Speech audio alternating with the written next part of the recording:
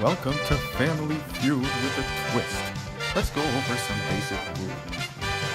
I'm sure most of you are familiar with how the traditional Family Feud works, but here's a quick recap. Two teams take turns trying to guess the most relevant word or phrase that people would think of when given a topic. This version of Family Feud will be slightly different, with the answers that give points needing to be actually correct rather than just the most commonly thought of answer, and being much more informative and explanatory to our enthusiastic audience who don't possess such economic prowess. This version will also not have fast money rounds. Out of the four main questions in this finals round, most will have pre-question information. This information is used to review some topics before asking a question upon it.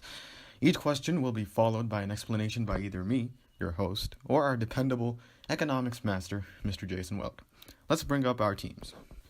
Please welcome our competing teams. We have Team 1, Ria Mitter and Lucinda Quintal. Woohoo! We can't wait to win! Very confident. Have you seen the other team? Aye, true. Yay. And here we have Team 2, Tanmay Kant and Johan Shetty.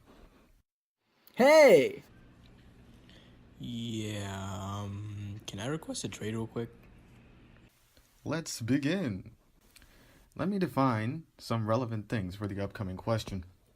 Demand is defined as the quantity of a particular good that consumers are willing and able to buy at a range of prices at a particular period of time. The law of demand states that ceteris paribus, which means all else is kept equal, there is an inverse relationship between a good's price and the quantity demanded by consumers. Got it? Yeah! List the explanations for the law of demand. Team 1, you start. Of course. The law of diminishing marginal utility.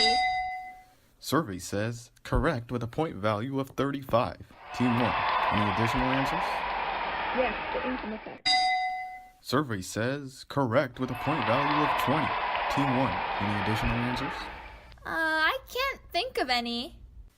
Team 2, what answers do you have?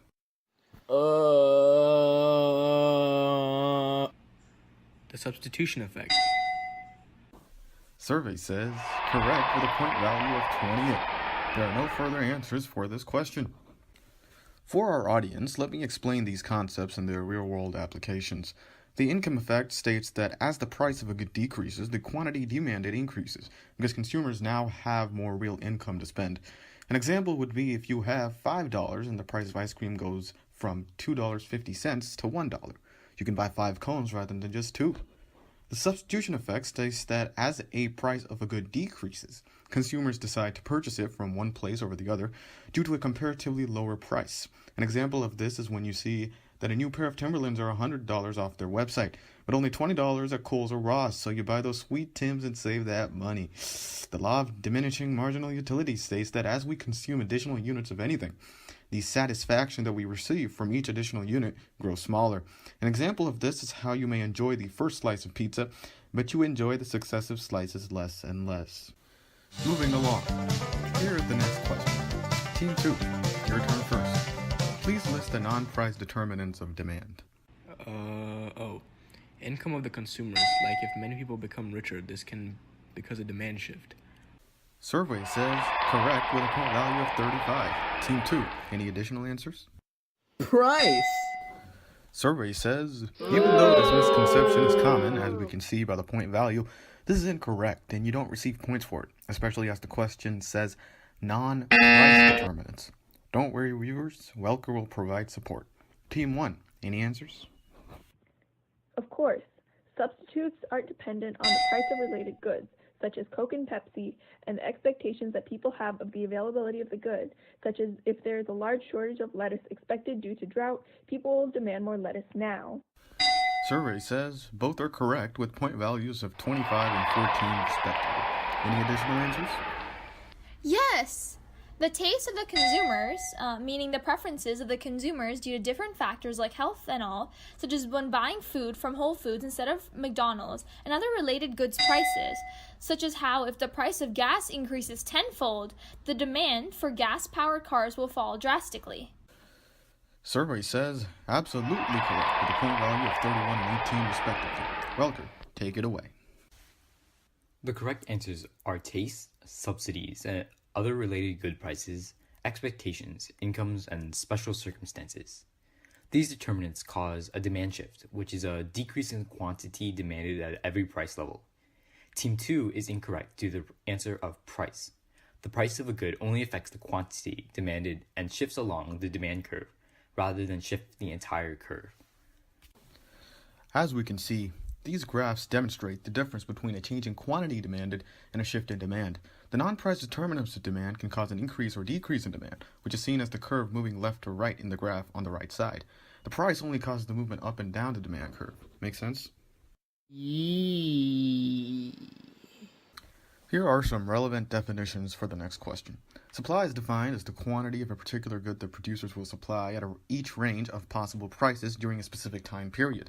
The law of supply states that ceteris paribus, meaning as long as all this is kept equal, there exists a direct relationship between the price of a product and quantity supplied. Let's move on to question 3. Please list the non-price determinants of supply. Team 1. Any answers? Absolutely. Subsidies and taxes, meaning when the government gives payments for each unit produced or is paid for each unit produced, such as the subsidies given to Tesla or the taxes imposed on cigarettes and resource costs, meaning the input costs, such as if producing computers becomes more expensive due to a shortage of microprocessors, there will be a lower supply. Don't forget the size of the market. As more firms are in the market, more supply will be in the market, such as the phone market with increasing firms will have a larger output of phones. Survey says correct with point values 40, 17, and 15 respectively. Good one, Team 1. Haha, get it? Because Team 1, never mind. Any answers, Team 2? Other related goods prices and expectation of producers, such as if OnePlus expects the price of their phones to increase due to new technology, they will ramp up supply. Oh, and also technology. A change in technology creating more efficient processes will increase supply. Survey says correct with point values 20, 10, and 35 respectively. Impressive. Welker, have at it. The correct answers are subsidies and taxes, technology, other related goods prices, resource costs, expectations of producers, and size of the market.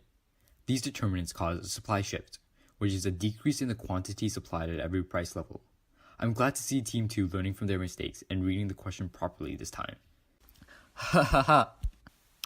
As we can see, these graphs demonstrate the difference between a change in quantity supplied and a shift in supply. The non-price determinants of supply can cause an increase or decrease in supply, which is seen as the curve moving left or right in the graph on the right side.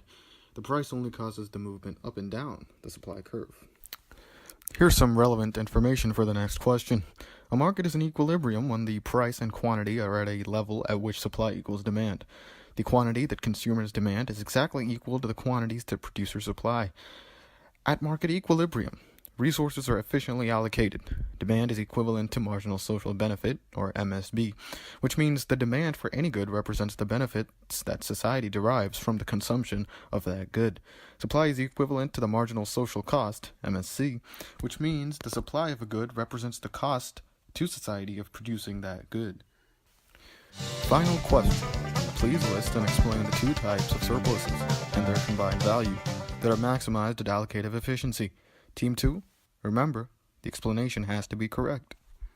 Well, I mean, like, the producer surplus is like the enjoyment of producers due to the consumers paying, like, a higher price for some good that the producers would have sold at a lower price or something. Like, if we paid, like, $20 for some notebooks, but Staples was willing them to actually sell them at $5, but we bought them for $20.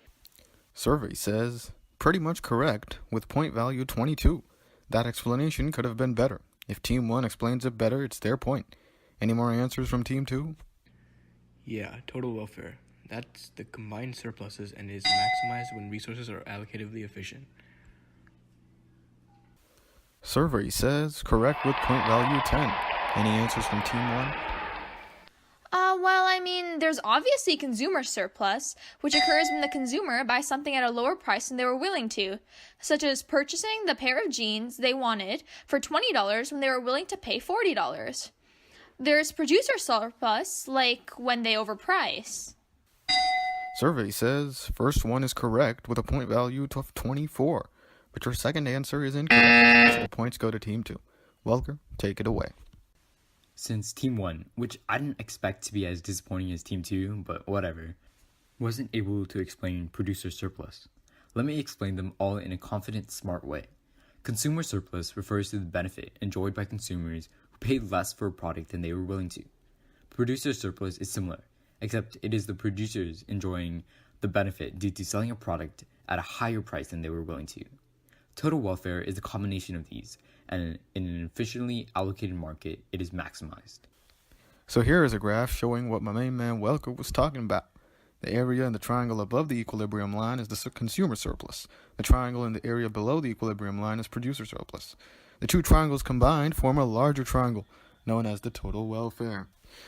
Our final scores are 259 for Team 1 and 187 for Team 2. Congratulations to Team 1 for winning. You are all absolutely great at economics. Right, Welker? Ha ha. Ha ha. Ha ha ha.